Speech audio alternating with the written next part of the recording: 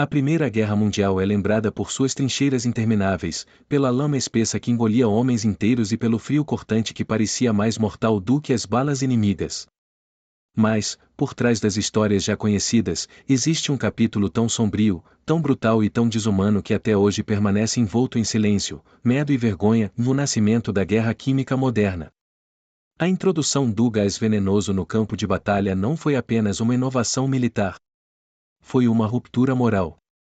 Um divisor de águas que marcou pela primeira vez a disposição de países inteiros de transformar o ar, o elemento mais básico da vida, em arma de extermínio.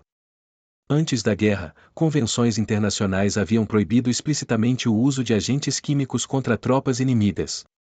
Assinaturas elegantes em documentos diplomáticos pareciam sinalizar respeito mútuo entre as nações. Mas bastaram alguns meses de conflito para que essa promessa fosse rasgada sem remorso. A história começa nas trincheiras imundas da frente ocidental. Homens viviam semanas entre cadáveres, ratos e água infectada. As batalhas se arrastavam sem vitória. O estresse psicológico corroía todos, desde jovens de 18 anos até generais experientes.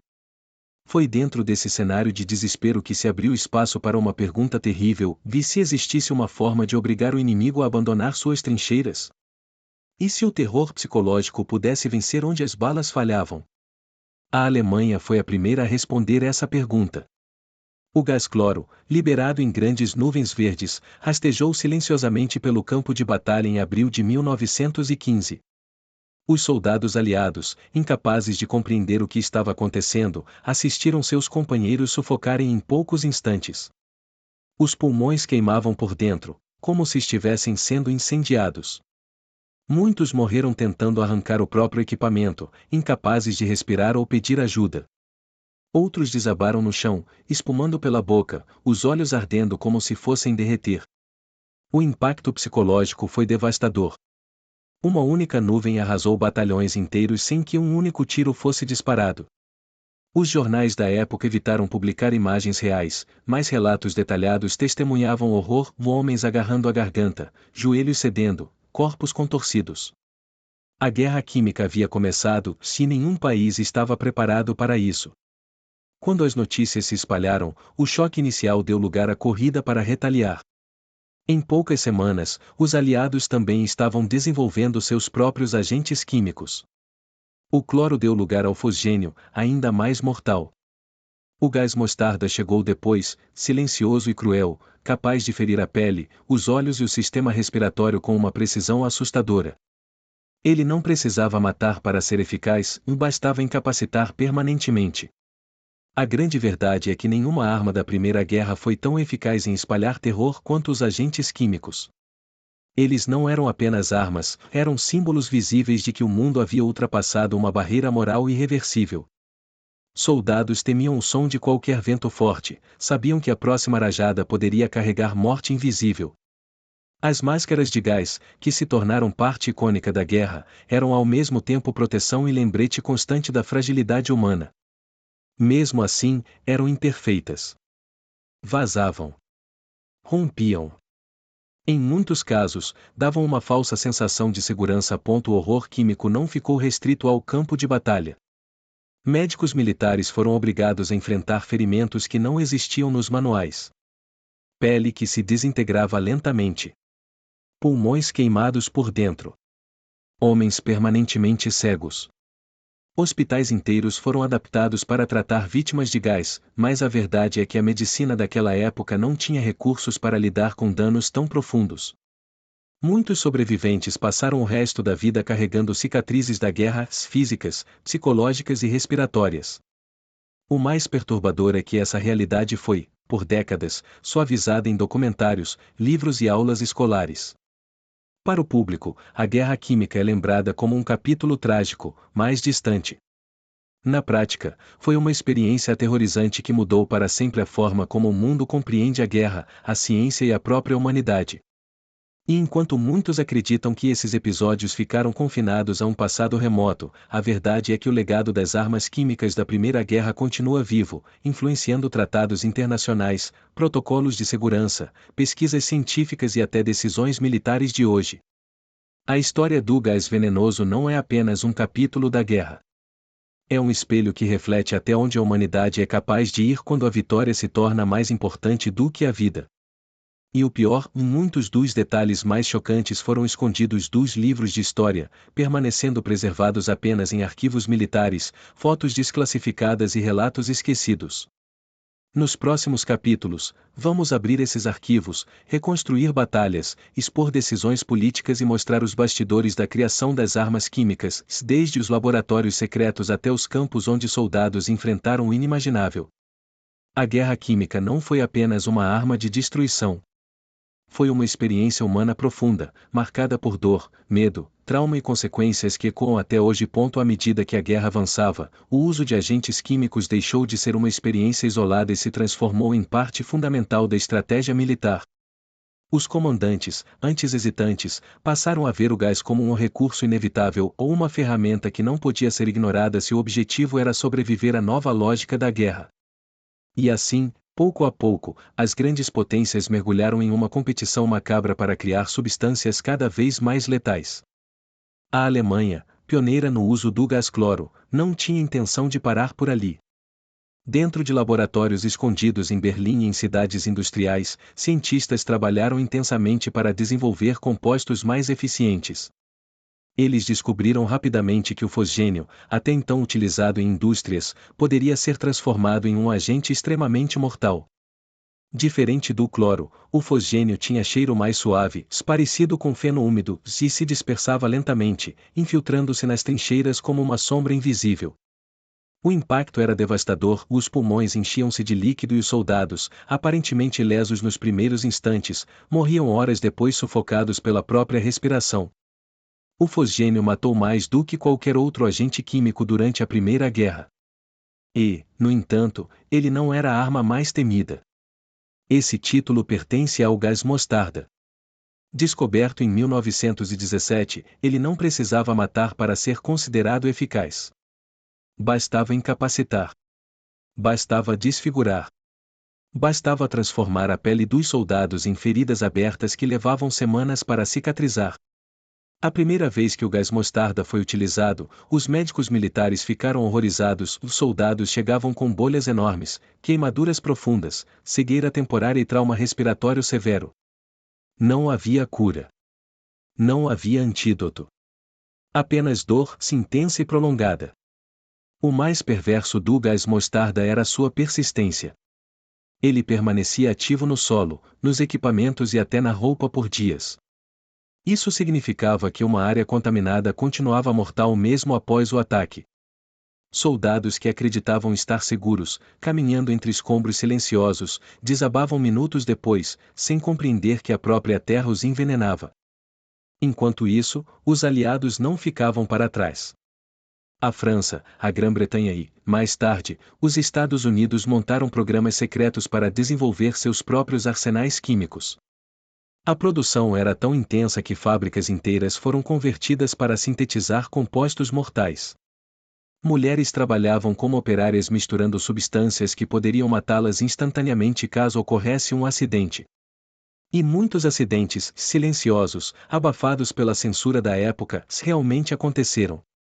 O mundo caminhava rumo à fabricação em massa da morte invisível. A guerra química não era aterrorizante apenas pelos seus efeitos físicos. Ela se infiltrava nos medos mais profundos dos soldados. A simples visão de uma nuvem distante, ou o som metálico de um cilindro rolando, podia provocar pânico instantâneo. Inúmeros relatos descrevem homens despertando no meio da noite, suando frio, com a sensação de estar sufocando, mesmo quando não havia gás nenhum ao redor. A máscara de gás tornou-se símbolo dessa paranoia constante. Era desconfortável, pesava no rosto, dificultava a respiração e a visão. Mas, acima de tudo, era a falha. Os soldados sabiam disso. Sabiam que um ajuste imperfeito, uma pequena rachadura ou um filtro saturado poderia ser a diferença entre viver e morrer em questão de segundos. Muitos aprendiam a reconhecer o cheiro do cloro antes mesmo de colocarem a máscara. Outros simplesmente corriam para longe, mesmo sabendo que era inútil. E ainda havia aqueles que congelavam, incapazes de reagir, observando a nuvem mortal se aproximar como um destino inevitável. É difícil imaginar o nível de estresse mental ao qual esses homens foram submetidos.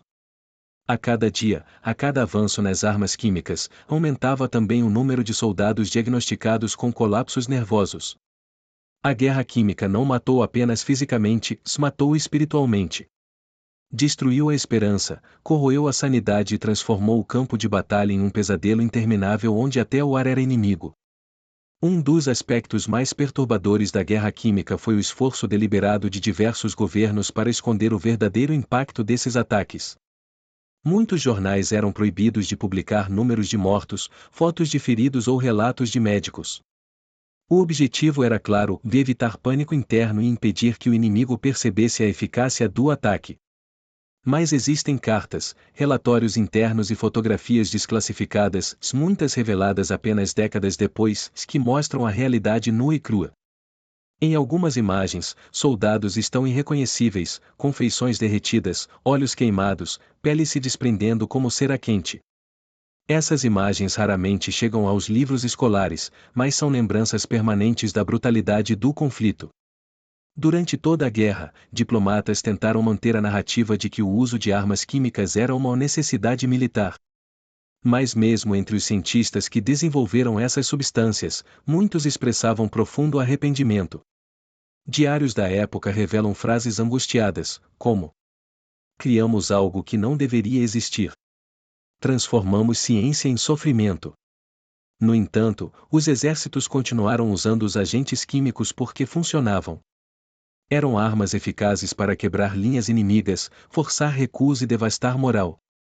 A lógica fria da guerra sobrepunha-se ao horror humano. Quando o conflito finalmente terminou em 1918, o mundo estava devastado, se não apenas pelas batalhas tradicionais.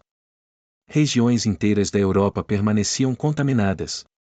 Solos impregnados de gás mostarda, minas abandonadas com cilindros vazando lentamente, animais mortos ao longo de florestas envenenadas. O horror das armas químicas foi tão profundo que diversas nações pressionaram pela criação de tratados internacionais para proibir seu uso. Foi desse esforço que nasceu o Protocolo de Genebra de 1925. Ele estabelecia regras que, em teoria, impediriam o mundo de repetir aquele pesadelo. Mas, como a história mostrou, o documento era frágil demais. Muitos países assinaram, mas não se comprometeram a eliminar seus estoques. Outros simplesmente ignoraram a proibição em conflitos futuros. E assim, o legado tóxico da Primeira Guerra se estendeu por décadas. Arsenais escondidos em depósitos militares, testes secretos durante guerras posteriores e até incidentes ambientais envolvendo munições químicas abandonadas no mar. O passado nunca foi enterrado, foi apenas empurrado para a sombra. A Primeira Guerra deixou claro que a ciência, quando combinada com ambição militar, é capaz de ultrapassar limites inimagináveis. E os arquivos que documentam essa realidade, relatórios, fotos, testemunhos, continuam sendo alguns dos registros mais perturbadores já produzidos pela humanidade. Muitos desses arquivos permaneceram secretos até o final do século XX. Quando vieram à tona, revelaram detalhes nunca mencionados nos livros oficiais. Protocolos de testes com humanos, erros de cálculo que mataram tropas do próprio país, cientistas pressionados a continuar pesquisas que consideravam antiéticas. O peso moral desse legado ainda ecoa hoje. Cada foto de um soldado cego pelo gás mostarda, cada carta escrita por sobreviventes com pulmões destruídos, cada relatório médico descrevendo ferimentos impossíveis de tratar, tudo isso compõe a memória brutal de um capítulo que o mundo tentou esquecer. A parte 3 aprofundará justamente isso. Como o mundo reagiu após o horror, o que foi escondido, o que vazou e como esses eventos moldaram todas as guerras seguintes, inclusive as do século XXI. O fim da Primeira Guerra Mundial não representou o fim das armas químicas. Pelo contrário, representou o início de uma nova fase, mais silenciosa, mais técnica e, de certa forma, ainda mais aterrorizante. Quando os canhões silenciaram e as trincheiras foram abandonadas, o mundo descobriu que centenas de milhares de sobreviventes carregariam para sempre marcas invisíveis. Homens com pulmões irreparavelmente danificados, visão comprometida, queimaduras incuráveis, cicatrizes profundas no corpo e na mente. E enquanto esses soldados retornavam para casa, carregando lembranças que não conseguiam apagar, governos se reuniam em salas fechadas para decidir o que fazer com o arsenal tóxico que haviam criado. A verdade é que nenhuma nação queria abrir mão do conhecimento adquirido. Era impossível esquecer o impacto devastador que os gases haviam provocado no fronte. Mesmo diante das perdas, mesmo diante da condenação internacional, generais e cientistas sabiam que o potencial estratégico das armas químicas era grande demais para ser abandonado. E assim, enquanto a sociedade clamava por paz, as grandes potências do mundo entravam em uma nova corrida, e a corrida para dominar a próxima geração da Guerra Invisível. A assinatura do Protocolo de Genebra em 1925 parecia uma vitória da diplomacia. O tratado proibiu o uso de armas químicas em conflitos futuros, refletindo o horror global diante dos episódios da Primeira Guerra. Mas o texto continha uma brecha enorme, dele proibiu o uso, mas não a produção. Essa diferença parece pequena, mas moldou toda a geopolítica militar do século XX. Nos anos que se seguiram, países como Alemanha, Reino Unido, Estados Unidos, França, Itália e União Soviética, todos signatários, continuaram pesquisando, ampliando e modernizando seus arsenais químicos. Era um acordo silencioso, não oficial. Ninguém usaria, mas ninguém deixaria de ter. E os arquivos mostram isso com clareza. Relatórios desclassificados décadas depois revelaram experimentos secretos, testes com animais, simulações de campo e até programas clandestinos de armazenamento. Cada país desenvolvia suas próprias versões de gases nervosos, substâncias mais voláteis, compostos mais persistentes e formas de dispersão mais eficientes. Enquanto o mundo acreditava ter enterrado esse capítulo, a ciência militar o mantinha vivo, aperfeiçoado e mais mortal do que nunca. O perigo submerso, toneladas de armas químicas espalhadas pelos oceanos. Um dos legados mais perigosos e menos comentados da Primeira Guerra é a quantidade absurda de munições químicas que foram simplesmente descartadas no mar após o fim do conflito. Navios inteiros foram carregados com bombas, cilindros e projéteis contendo gás mostarda, fosgênio e outros agentes proibidos, e então afundados deliberadamente em regiões como o Mar Báltico, o Mar do Norte e partes do Atlântico. A decisão parecia prática na época, e não havia tecnologia para desmontar essas armas com segurança, e os países queriam apagar rapidamente a evidência de suas produções. Mas, com o passar das décadas, muitos desses contêineres começaram a se romper. Pesca industrial, exploração de petróleo e até mudanças climáticas passaram a despertar preocupação mundial, pois o risco de vazamentos aumentava. Existem registros de pescadores que sofreram queimaduras após puxar acidentalmente munições químicas para dentro de seus barcos.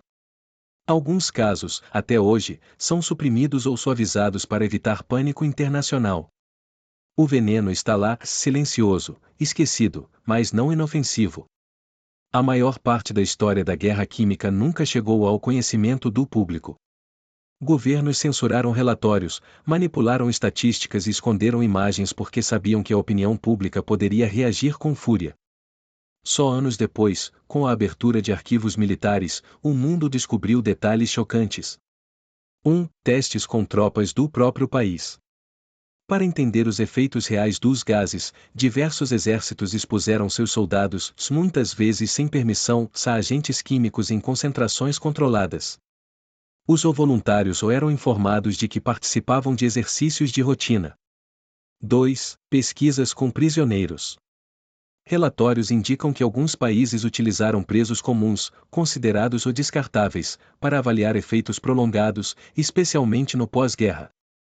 Poucos sobreviveram. 3. Armazenamento clandestino em cidades. Existem documentos mostrando que arsenais com toneladas de substâncias mortais foram estocados em depósitos urbanos, muitas vezes perto de bairros residenciais, sem qualquer aviso. 4. Contaminação acidental de fábricas. Centenas de trabalhadores, incluindo mulheres que atuavam na produção de munições, sofreram intoxicações severas em acidentes nunca divulgados ao público. Esses registros só vieram à tona no final do século XX, quando pesquisadores finalmente obtiveram acesso a arquivos antes considerados o top secret. Embora a Segunda Guerra Mundial tenha sido marcada por atrocidades ainda maiores, é importante compreender que o mundo ficou, em vários momentos, a poucos passos de repetir o pesadelo químico da Primeira Guerra.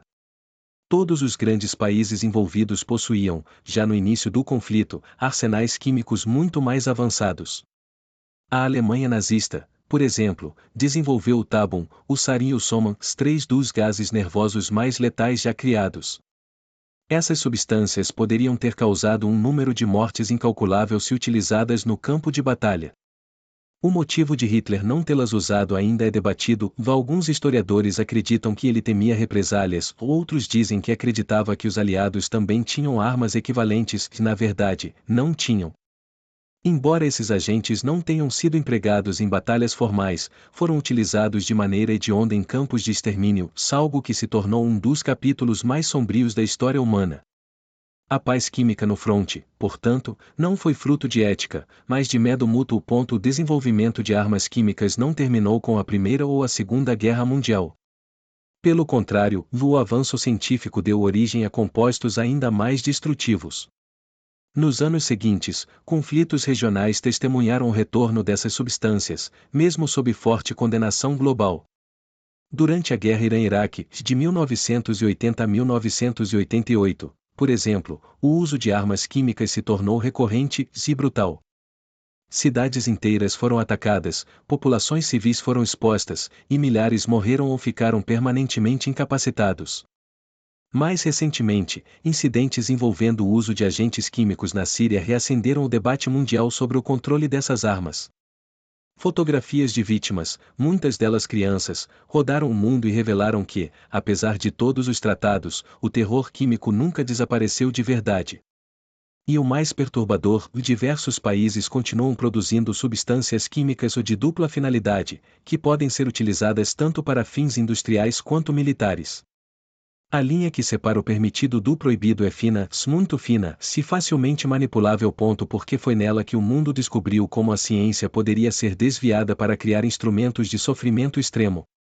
Porque foi nela que soldados comuns aprenderam que o ar, algo tão básico e vital, podia se transformar na mais traiçoeira das armas.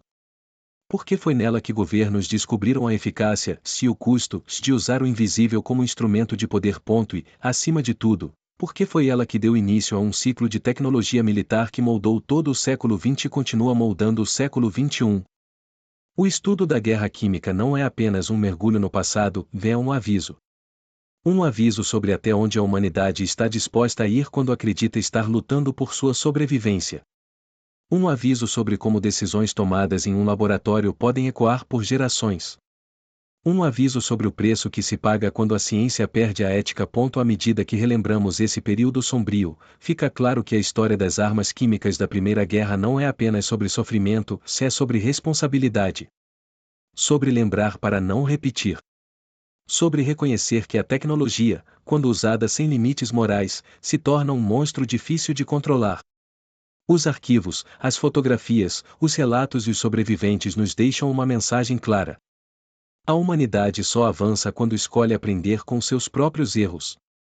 E o uso de armas químicas continua sendo um dos maiores erros já cometidos.